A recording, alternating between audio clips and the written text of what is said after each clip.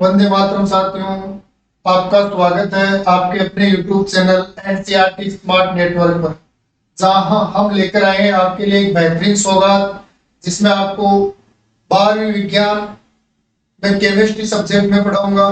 आज हम बात करते हैं बच्चों केमिस्ट्री में जो एनसीईआरटी सिलेबस चलता है, जो लगभग सभी राज्यों में चलता है।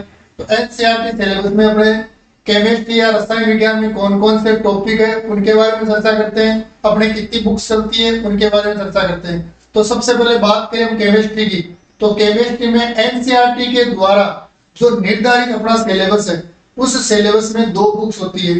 तो पहले बुक में कौन कौन से चैप्टर है, इस बार 2023-24 में कुछ चैप्टर्स को हटाया गया, उनकी भी चर्चा करेंगे। यहाँ हम आपको जो एनसीईआरटी में 21, 22, 23, 27 में जो बुक्स चल रही थी उसमें जितने भी चैप्टर हैं सबका संपूर्ण अध्ययन करवाएंगे। प्रत्येक चैप्टर्स के आपको पीडीएफ फॉर्म में नोट्स भी अवेलेबल करवाएंगे। लेकिन अभी जो हटाए गए चैप्टर्स है पहले उनको नहीं पढ़कर जो शेष चैप्टर जो इस बार 17-23 में रखे गए उनका अध्ययन करेंगे, और उनका अध्ययन कंप्लीट होने के बाद आपको हटाए गए चैप्टर्स भी पढ़ाएंगे। क्योंकि एनसीईआरटी के पैटर्न के अनुसार जो आपके ईयरली एग्जाम होगा उसमें तो वो चैप्टर नहीं आएंगे, लेकिन नीट, आईआईटी, जेईई मेंस जो एग्जाम है उनमें वो सारे चैप्टर्स आएंगे। तो उन सब का आपको समागम मिलेगा और उनसे संबंधित जितने भी क्वेश्चन बनेंगे उन सारे क्वेश्चन को भी आपको सॉल्व करवाया जाएगा। तो सबसे पहले बात करते हैं हम एनसीईआरटी में अपने रसायन विज्ञान या केमिस्ट्री के सिलेबस की।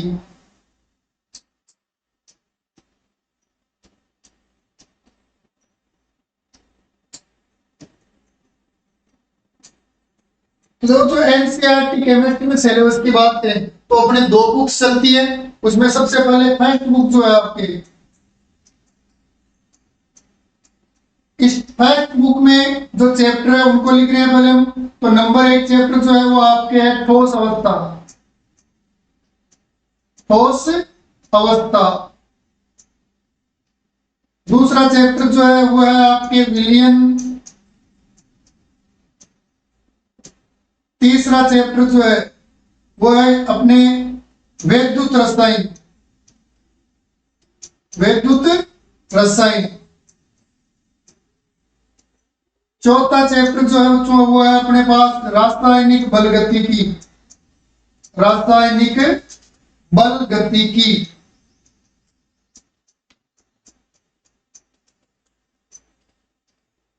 पांचवा चैप्टर है पृष्ठ रसायन। पृष्ठ रसायन। छठा चैप्टर जो है वो है तत्वों के निष्कर्षण। तत्वों के निष्कर्षण के सिद्धांत एवं प्रक्रम। निष्कर्षण के सिद्धांत एवं प्रक्रम। इसके बाद 7वां चैप्टर जो है वो है अपने पास पी ब्लॉक तत्व। पी ब्लॉक तत्व। 8वां चैप्टर जो है अपने पहली बुक में 8वां चैप्टर है बच्चों अपने पास डी एवं एफ ब्लॉक के तत्व। एफ ब्लॉक के तत्व। और प्रथम बुक का जो लास्ट चैप्टर है, जो 9वां चैप्टर है, वो है अपने पास उप सह संयोजन यौगिक। उप सह संयोजन यौगिक। यह आपके टोटल पहली बुक में एनसीईआरटी की जो अपनी किताब चलती है उसकी प्रथम जो बुक है, उस प्रथम बुक में ये 9 चैप्टर है। इन 9 चैप्टर में से अब की बार ठोस अवस्था को, उसके बाद पृष्ठ रसायन को, इसके बाद तत्वों के निष्कर्षण के सिद्धांत एवं प्रक्रम को, और पी ब्लॉक तत्वों को, इन 4 चैप्टर्स को इस बार हटाया गया है। हम यहाँ पर इनका भी अध्ययन करेंगे, लेकिन इन 4 से पहले बचे हुए जो 5 चैप्टर है उनका अध्ययन करेंगे। उसके बाद हम शेष चैप्टर का अध्ययन करेंगे। इसी प्रकार दोस्तों अपने सिलेबस में सेकंड बुक की बात करें तो अपने जो सेकंड बुक है उसमें भी 7 चैप्टर अपने एनसीईआरटी की सेकंड बुक में केमिस्ट्री में। 10वां चैप्टर जो है वो है आपके हेलोएल्केन एवं हेलोएरीन। एवं हेलोएरीन।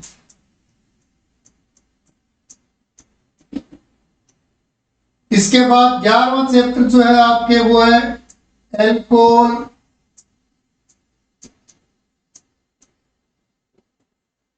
फिनोल तथा ईथर।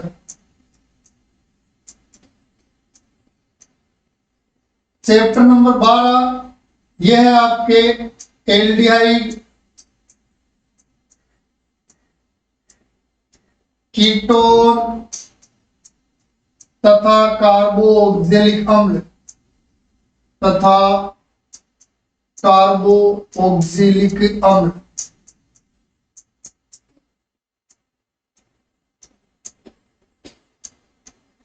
फिर बच्चों आपके 13वां चैप्टर जो है वो है एमीन। 14वां चैप्टर जो है वो है आपके जीवाणु।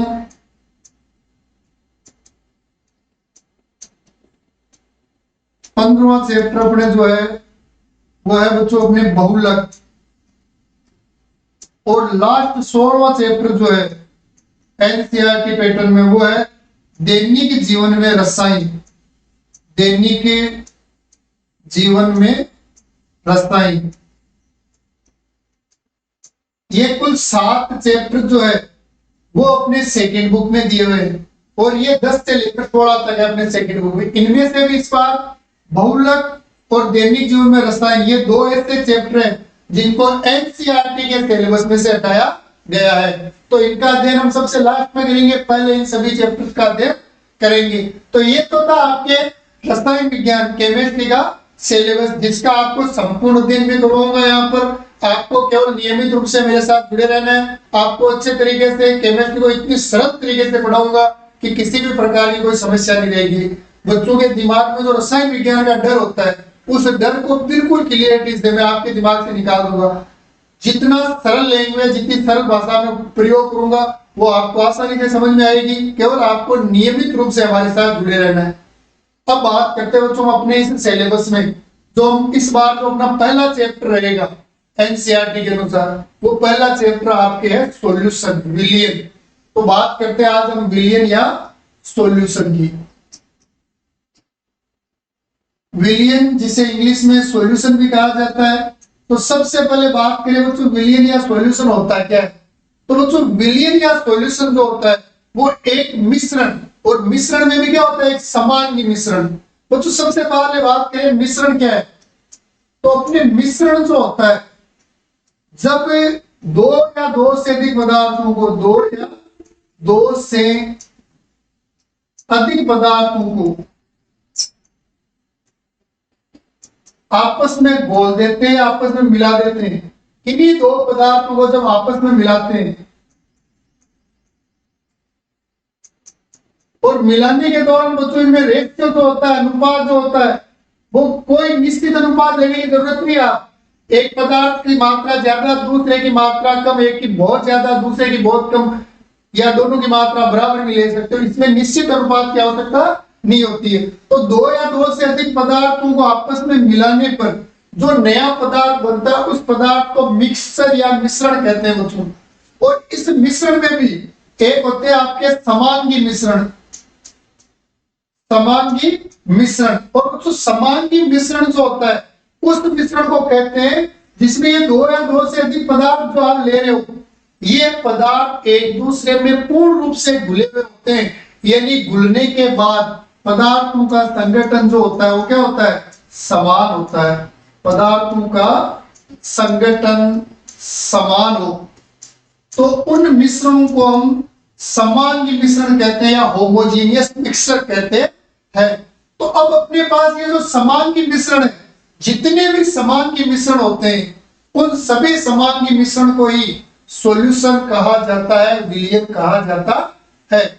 मतलब कोई भी मिश्रण विलयन कब होगा जब वो समांगी होगा। कब होगा जब वो क्या होगा समांगी होगा। तो जितने भी समांगी मिश्रण होते हैं वो क्या होते हैं विलयन। तो देखो अभी समांगी मिश्रण के आधार पर हम विलयन की एक डेफिनेशन बनाते हैं, परिभाषा बनाते हैं, अपने को जो लिखनी होती है। तो विलयन की परिभाषा हम लिख सकते हैं 2 या 2 से अधिक 2 या 2 से अधिक पदार्थों का समांगी मिश्रण, 2 या 2 से अधिक पदार्थों का समांगी मिश्रण विलयन कहलाता है, विलयन कहलाता है। यानी एक बात ये कह सकते हैं हम कि जितने भी समांगी मिश्रण होते हैं वो सारे क्या होते हैं, विलयन या सॉल्यूशन होते हैं।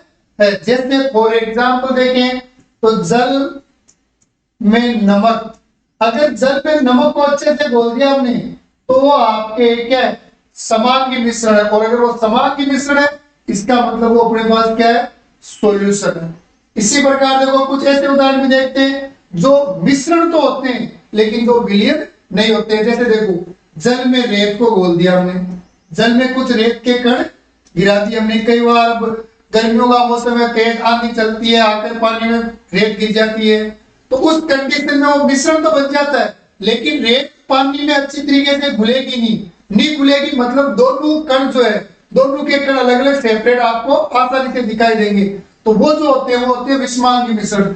तो जल में रेत का जो मिश्रण होता है वो होता है आपके विषमांगी मिश्रण। और अगर मिश्रण कैसा है, विषमांगी है, इसका मतलब वो विलयन नहीं है, क्योंकि विलयन होने की पहली शर्त क्या है, समांगी मिश्रण होना चाहिए। इसी प्रकार कई बार जल में तेल डाल देते हैं, सब्जी बनाते समय देखते हैं जल में तेल, तो जल में तेल भी क्या है, विषमांगी मिश्रण है। सब्जी को गर्म करने की आवश्यकता क्यों होती है, इसीलिए तो होती है क्योंकि जल में तेल जो होता है वो अच्छे से विलयन नहीं होता है। अब वो तेल पानी पर तैरता रहेगा तो खाने में मजा नहीं आएगा। इसलिए फिर मम्मी बड़ी मेहनत से क्या करती है, खाने को पकाती है ताकि जल में तेल आसानी से घुल जाए और हम बड़े चाव से सब्जी को खा सके। तो जल में तेल भी क्या है, एक विषमांगी मिश्रण है। और विषमांगी मिश्रण मतलब ये भी विलयन नहीं है। तो ये वो उदाहरण है जो विलयन नहीं होते। और इससे पहले हमने चर्चा की थी, या एक और देख लो उदाहरण, जैसे जल में हमने चीनी घोल दी, जल में चीनी को अच्छे से घोल दिया, छोटे बच्चों में होती है आदत, हमने भी कभी ना कभी पानी में चीनी घोल कर पी है। तो जल में हमने चीनी घोल दी अच्छे से, तो वो बन गया अगर समांगी मिश्रण। तो समांगी मिश्रण बन गया, इसका मतलब आप क्या पी रहे हो, आप जिस चीज का सेवन कर रहे हो वो है आपके विलयन। गर्मियां है, कई बार पानी में नींबू घोल लेते हैं, उसको नमकीन बनाने के लिए उसमें नमक घोल लेते हैं, मीठा करने के लिए चीनी भी घोल लेते हैं, अच्छे से घोल लिया, बन गया समांगी मिश्रण, मतलब आप विलयन का सेवन करने लगे। तो ये तो है बच्चों अपने नॉर्मली विलयन। अब इसके बाद बात करते हैं विलयन के घटकों की। तो देखो बच्चों विलयन में पदार्थ कितने भी हो सकते हैं, 2 हो सकते हैं, 2 से ज्यादा हो सकते हैं, लेकिन विलयन के भाग या विलयन के जो घटक होते हैं वो केवल 2 ही होते हैं। विलयन के भाग या घटक कितने होते हैं, 2। एक तो होता है आपके विलायक, सोलवेंट, विलायक सोलवेंट, और एक होता है बच्चों आपके विलेय, सोल्यूट। ये आपके किसी भी विलयन के 2 भाग होते हैं। मैं फिर कह रहा हूं, मिश्रण बनाते समय पदार्थों की संख्या केवल 2, ये कंपल्सरी शर्त नहीं है। मिश्रण में पदार्थ 2 हो सकते हैं, 3 हो सकते हैं, 4 हो सकते हैं, लेकिन जब उस मिश्रण को समांगी मिश्रण बना लिया और उसमें विलयन के घटक या भाग है आपको पता करना है, तो उन भागों की संख्या केवल 2 होगी। एक का होगा नाम विलायक और दूसरा भाग जो होता है वो होता है आपके विलेय। तो देखो इन दोनों के बारे में पृथक अध्ययन करते हैं। सबसे पहले बात करें अपने विलायक क्या होता है, तो बच्चों विलयन का जो घटक अधिक मात्रा में होता है, जिसकी क्वांटिटी अधिक होती है, वो घटक जो होता है वो क्या होता है, विलायक। तो जो घटक अधिक मात्रा में होता है, अधिक मात्रा में होता है,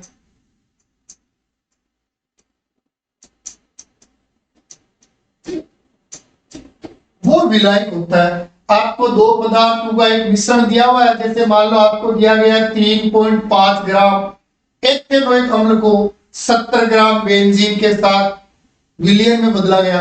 तो अब आपको इन दोनों पदार्थों में से जिसकी मात्रा अधिक दिख रही है, जिसकी मात्रा ज्यादा दी गई है, वो आपका क्या है, विलायक है। और ये आप परिभाषा के रूप में लिख सकते हो विलायक की। कि जिस घटक की मात्रा अधिक होती है या विलयन का ऐसा घटक जो अधिक मात्रा में होता है वो क्या होता है? विलय।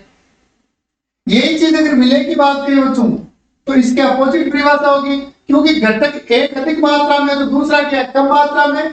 तो जो घटक कम मात्रा में होता है, कम मात्रा में होता है,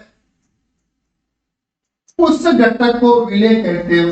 ये इन दोनों की पहली गुण भी कह सकते हो और इनकी परिभाषा के रूप में भी आप काम में ले सकते हो। अब देखो तो इसके बाद हम विलायक और विलय के अगले गुण की बात करें तो बच्चों विलायक जो होता है इसकी भौतिक अवस्था नहीं बदलती है। विलायक की भौतिक अवस्था कभी नहीं बदलती है, भौतिक अवस्था नहीं बदलती है। यानी हम ये कह सकते हैं कि विलयन की भौतिक अवस्था जो होती है वो वही होती है जो भौतिक अवस्था क्या होती है? विलायक की होती है। जैसे जल में नमक, तो इसमें विलायक का काम कौन कर रहा है? जल। और जल की भौतिक अवस्था कैसी है? लिक्विड है। मतलब अपने जो नया विलयन बनेगा इन दोनों को मिलाने पर उसकी भौतिक अवस्था भी क्या रहेगी? लिक्विड ही रहेगी। विलय जो होता है बच्चों, विलय की भौतिक अवस्था बदलती है। विलय की भौतिक अवस्था क्या होती है? बदलती है। लेकिन बच्चों इसमें देखो एक शर्त है, एक छोटी सी चीज अपने ध्यान रखनी है। विलय की भौतिक अवस्था बदलती कब है? जब विलायक और विलय दोनों पदार्थों की भौतिक अवस्था अगर अलग अलग है तो भौतिक अवस्था बदलेगी। जैसे विलय के रूप में नमक लिया ठोस अवस्था में, विलायक के रूप में जल लिया द्रव अवस्था में, दोनों को मिलाओगे तो जल की भौतिक अवस्था और विलयन की भौतिक अवस्था तो द्रव रहेगी, लेकिन नमक जो है वो ठोस अवस्था से किसमें बदल जाएगा? द्रव अवस्था में बदल जाएगा।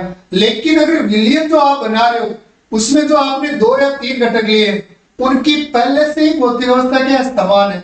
जैसे एक आपने एल्कोहल लिया, एक जल लिया, जल में एल्कोहल मिला रहे हैं तो दोनों की भौतिक अवस्था पहले से क्या लिक्विड है, तो निर्मित विलयन की भौतिक अवस्था में क्या रहेगी? लिक्विड।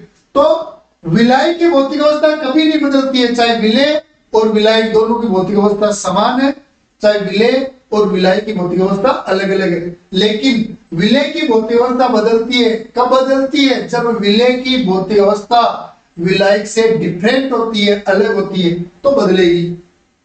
फिर बच्चों इसके बाद आगे बात करें तो किसी भी विलयन में पदार्थ 2 हो, चाहे पदार्थों की संख्या 3 हो, चाहे पदार्थों की संख्या 10 हो, विलायक जो होता है वो सदैव एक होता है।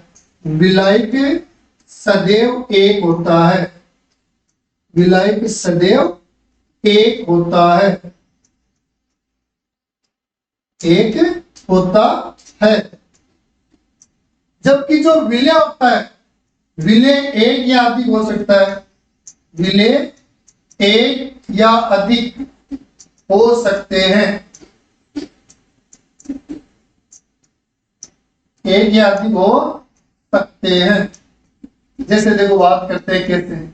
सर्वप्रथम हमने जल लिया विलायक के रूप में, उसमें नमक बोल दिया विलय के रूप में। अपने पास पदार्थ 2 थे, एक जल एक नमक। इनमें से जल जो है वो विलायक है और नमक जो है वो क्या है? विलय।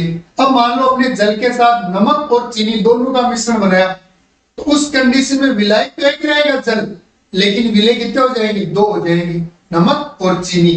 तो विलायक एक विलयन में सदैव होता है, जबकि विलय एक विलयन में एक भी हो सकता है और एक से अधिक भी हो सकते हैं। ये अपने विलायक और विलय जो है इनके कुछ नॉर्मल गुण है। इसमें मेन चीज क्या ध्यान रखनी है? विलयन की भौतिक अवस्था वही होती है जो भौतिक अवस्था क्या होती है? विलायक की होती है। यानी कई बार छोटा क्वेश्चन आ गया, विलयन की भौतिक अवस्था का निर्धारण होता है विलय के आधार पर, विलायक के आधार पर, दोनों के आधार पर या किसी के आधार पर नहीं, तो उसमें उत्तर केवल विलायक होगा। विलय जो होता है वो कभी भी विलयन की भौतिक अवस्था का निर्धारण नहीं करता है। तो ये अपने बच्चों विलयन के घटक, विलयन के भाग। देखो अब इनको हम कैसे लिख सकते हैं भाई? विलयन बनेगा कब? एक पात्र में मैंने जल ले लिया, दूसरे पात्र में नमक ले लिया, उनको पास पास ला के रख भी दिया तो भी वो विलयन नहीं बनेगा, मिश्रण बनेगा ही। मिश्रण कब बनेंगे? जब वो ऐड होंगे, आपस में उनको घोलेंगे, अर्थात एक दूसरे में ऐड करेंगे। तो देखो विलयन का फॉर्मूला क्या बन गया अपने पास? विलयन बराबर हम लिख सकते हैं विलायक प्लस विलय। यानी किसी भी विलयन जो होता है उसकी क्वांटिटी उतनी होती है जितनी उसमें उपस्थित विलेय और विलायक की क्वांटिटी का योग होता है। तो विलयन बराबर विलायक प्लस विलेय। अब अपने को क्या होता है, कुछ क्वेश्चन में विलयन की मात्रा दी होती है और कुछ क्वेश्चन में विलायक की मात्रा दी होती है। अगर विलयन की दी हुई है और आपको विलायक निकालना है तो देखो इसी फॉर्मूले को हम चेंज कर लेते हैं। तो विलायक बराबर क्या हो जाएगा अपने पास, विलयन में से विलेय की मात्रा घटा दो, विलयन माइनस विलेय। नॉर्मली अपने से विलेय की मात्रा निकालने के लिए नहीं कहा जाता है, लेकिन फिर भी मान लो अपने को विलेय की मात्रा जो निकालनी है तो इसी फॉर्मूले का प्रयोग कर लेते हैं हम। अब की बार हम विलयन में से किसको घटा लेते हैं, विलायक को घटा लेते हैं। तो इन तीन फॉर्मूले की सहायता से हम किसी भी विलयन में उपस्थित जो घटक होते हैं उनकी मात्रा निकाल सकते हैं और विलयन की कुल मात्रा को भी हम आराम से ज्ञात कर सकते हैं। तो ये आपके जो होते हैं विलयन के दोनों भाग होते हैं। ये था विलयन का नॉर्मल अध्ययन। विलयन में अपने को इतना पहचान करना आना चाहिए कि विलेय क्या है और विलायक क्या है। जैसे देखो एग्जांपल देखते हैं 2-3। ये आपको जैसे दिया हुआ है 2.5 ग्राम एथेनोइक अम्ल CH3COOH तथा 60 ग्राम बेंजीन C6H6 का विलयन। अब मान लो अपने को इस विलयन में का विलयन है, इस विलयन में आपको पहले तो ये पूछ रहा है कि क्वेश्चन में दिया हुआ क्या है। तो देखो लाइन को पढ़ते हैं 2.5 ग्राम CH3COOH, यानी यहाँ पर 2.5 ग्राम आपको एथेनोइक अम्ल दिया हुआ है, एक घटक दिया हुआ तथा 60 ग्राम बेंजीन और 60 ग्राम मात्रा जो वो बेंजीन के मतलब दोनों घटकों की मात्रा है, विलयन की मात्रा अपने को दी हुई नहीं है। अब इसमें अपने को पता करना कि इसमें विलेय क्या है और विलायक क्या है। तो सबसे पहले ये देखते हैं दो पदार्थ कौन है। एक पदार्थ आपके पास CH3COOH है, एथेनोइक अम्ल। दूसरा पदार्थ अपने पास C6H6 है, बेंजीन है, एथेनोइक अम्ल, जिसको बोलचाल में या साधारण नामकरण में एसिटिक अम्ल भी कहते हैं। और ये अपने पास बेंजीन है। अब इन दोनों पदार्थों के आगे इनकी मात्रा दी हुई है, इनकी मात्रा को देखो। एथेनोइक अम्ल की मात्रा 2.5 ग्राम है और बेंजीन की मात्रा 60 ग्राम है। और दोनों में से जिसकी मात्रा कम है वो क्या है, विलेय, और जिसकी मात्रा ज्यादा है वो क्या है, विलायक। तो मात्रा कम किसकी है, एथेनोइक अम्ल की। तो यहाँ एथेनोइक अम्ल अपने पास क्या है, विलेय, जिसकी मात्रा कितनी दी हुई है 2.5 ग्राम। और यहाँ बेंजीन क्या अपने पास, विलायक, जिसकी मात्रा कितनी दी हुई है 60 ग्राम। अब इसी क्वेश्चन से अपने को क्या याद करना है, विलयन की मात्रा कितनी है। तो अपना फॉर्मूला क्या था, विलयन इज इक्वल विलायक प्लस विलेय, विलायक प्लस विलेय। तो देखो दोनों को ऐड कर देते हैं। विलायक की मात्रा 60 ग्राम दी हुई है, कैसे पता चला, क्योंकि जिसकी मात्रा अधिक है वो घटक विलायक होता है। विलेय की मात्रा 2.5 ग्राम दी हुई है, जिसकी मात्रा कम है वो घटक क्या है, विलेय। दोनों को ऐड कर देते हैं तो 62.5 ग्राम। तो ये आपकी मात्रा जो आगे वो किसकी है, सॉल्यूशन की मात्रा है।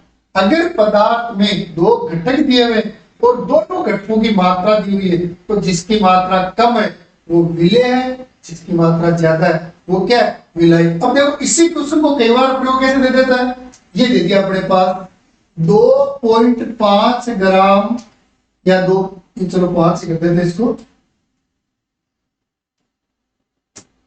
2.5 ग्राम एथेनोइक अम्ल तथा बेंजीन से 62.5 ग्राम विलयन बनाया।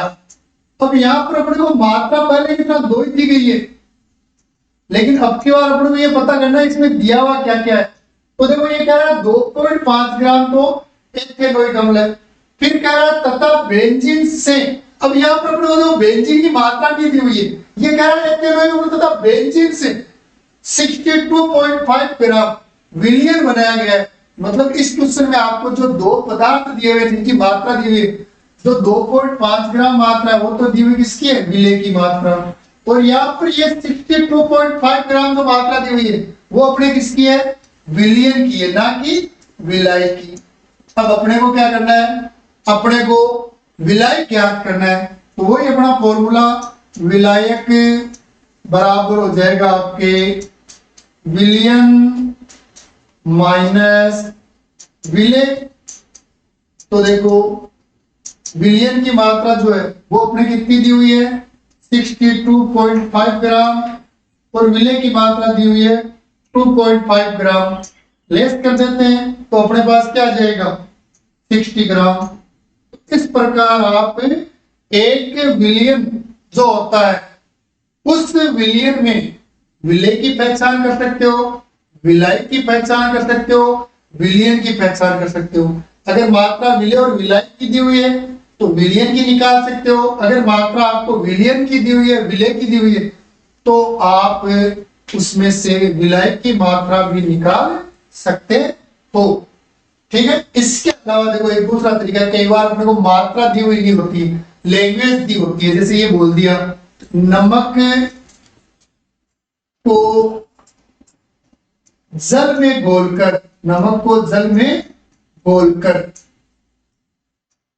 विलयन बनाया गया, विलयन बनाया। अब आपको यहां पता करना है विलेय कौन है और विलायक कौन है। तो बच्चों विलेय और विलायक का एक सीधा नियम क्या होता है, विलायक क्या अधिक मात्रा में होता है, और जो अधिक मात्रा में होता है, जो बड़ा व्यक्ति होता है, आप देखते हैं समाज में जो बड़ा व्यक्ति होता है उसका काम क्या होता है, छोटों को अपने साथ मिला के चलना, वही तो बड़ा होता है। शरीर से बड़े होने से क्या हो, शरीर से तो और भी बड़े मिल जाएंगे, मेरे से बड़े मिल जाएंगे, लेकिन जो शरीर से बड़ा होता है उसको बड़ा नहीं मानते। समाज में बड़ा किसको मानते हैं, जो छोटों को अपने साथ मिला के चलता है। तो विलायक क्या होता है, जो विलेय को अपने अंदर मिला लेता है, मतलब विलायक वो घटक है जिसमें विलेय घुलता है, और विलेय क्या है, जो विलायक में घुलता है। तो देखो कह रहा नमक को जल में घोलकर, तो घोल किसमें है, जल में, और जिसमें घोलते हैं वो होता है आपके विलायक। और जल में घोल किसको है, नमक को, और जो घुलता है जिसकी मात्रा कम होती है वो क्या होता है, विलेय। इसीलिए तो समाज में छोटे बच्चे या छोटे आदमी जो होते हैं अपने परिवार के बड़े लोगों के साथ आराम से घुल जाते हैं, यही तो विलयन का नियम है। इस प्रकार आप दूसरे तरीके से भी ये पता कर सकते हो कि विलयन जो दिया गया है उसमें विलेय कौन है और विलायक कौन है। जो घुल रहा है जिसकी मात्रा कम है मात्रा के आधार पर, और अगर आपको मात्रा नहीं दी हुई है तो आप ये देखो घुल कौन रहा है और घोल कौन रहा है। जो घुलता है वो विलेय है, और जिसमें घुलता है या जो घोलने का काम करता है वो क्या है, विलायक है। ये अपने पास दूसरा तरीका है।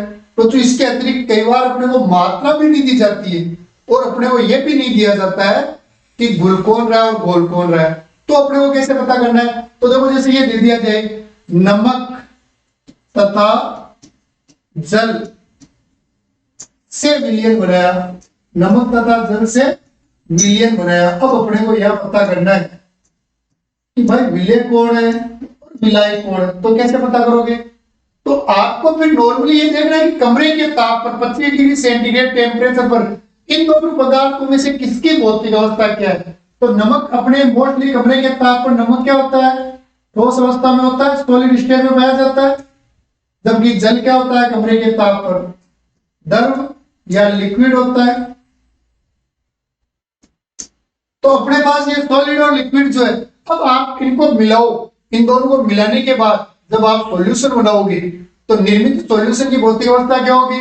तो नमक को पानी में घोलते हैं, घोलने से पहले पानी द्रव होता है, नमक ठोस होता है। जब दोनों को आपस में अच्छे से घोल देते हैं तो अपने पास जो पदार्थ बनता है उसकी भौतिक अवस्था क्या होती है, द्रव ही होती है। तो बदली किसकी भौतिक अवस्था, नमक की भौतिक अवस्था जो पहले सॉलिड थी वो क्या होगी, लिक्विड हो गई। जबकि जल की भौतिक अवस्था पहले भी लिक्विड थी और अभी क्या है, लिक्विड। तो जिसकी भौतिक अवस्था बदलती है, चेंज होती है, वो पदार्थ अपने पास क्या है, वो है विलेय। तो यहाँ पर नमक आपके क्या है, विलेय है, जबकि जल क्या है, अपने पास विलायक है। ये तीन तरीके हैं जिनसे आप ये पता कर सकते हो कि आपको जो विलयन दिया गया है उस विलयन में विलेय कौन है और उसमें विलायक कौन है। ये था बच्चों नॉर्मल आपके विलेय और विलायक से संबंधित और विलयन से संबंधित अध्ययन। अब इसमें आगे बात करेंगे हम नॉर्मली विलयन के प्रकारों की, लेकिन उससे पहले देखो विलयन के प्रकारों का अध्ययन करने से पहले कुछ चीजों का हम आराम से अध्ययन करते हैं। नॉर्मली एक छोटी सी चीज देखते हैं। सबसे पहले देखो, अगर आपको पदार्थ क्या होता है, कोई भी पदार्थ जो होता है, मोस्टली पदार्थ की भौतिक अवस्थाओं को देखें हम तो तीन होती है, एक ठोस होता है, एक द्रव होता है और एक क्या होता है, गैस। इनमें से अगर आपको ठोस पदार्थ दिया जाएगा तो वो किसमें दिया जाएगा, वो ठोस पदार्थ आपको या तो ग्राम में या किलोग्राम में दिया जाता है। ठोस की गणना करते हैं तो हम ग्राम या किलोग्राम में करते हैं, और जिस पदार्थ की मात्रा ग्राम या किलोग्राम में दी गई है वो क्या होता है, उस पदार्थ का द्रव्यमान होता है। ग्राम या किलोग्राम मात्रा पदार्थ का क्या होता है, द्रव्यमान, मास, जिसको बोलचाल में हम क्या कहते हैं, भार कहते हैं। बोलचाल में भार भी कहा जाता है। वैसे द्रव्यमान और भार में अंतर है, लेकिन दोनों को बोलचाल में एक ही माना जाता है। और जब किसी पदार्थ की भौतिक अवस्था द्रव या गैस होती है तो फिर उनको किलो या ग्राम में नहीं तोड़ते हैं, मापते हैं, उनको मिलीलीटर या लीटर में मापा जाता है। और अगर किसी पदार्थ की मात्रा ग्राम या किलोग्राम में दी हुई है, इसका मतलब वो पदार्थ का द्रव्यमान है, और मात्रा मिलीलीटर या लीटर में दी हुई है, इसका मतलब उस पदार्थ का क्या है, वॉल्यूम है, आयतन है। ये बच्चों आज की अपनी क्लास है, ठीक है। मेरे चैनल को आपने सब्सक्राइब नहीं किया है, लाइक या शेयर नहीं किया है, तो सब्सक्राइब करें, लाइक करें और ज्यादा से ज्यादा इसको शेयर करें। जय हिंद।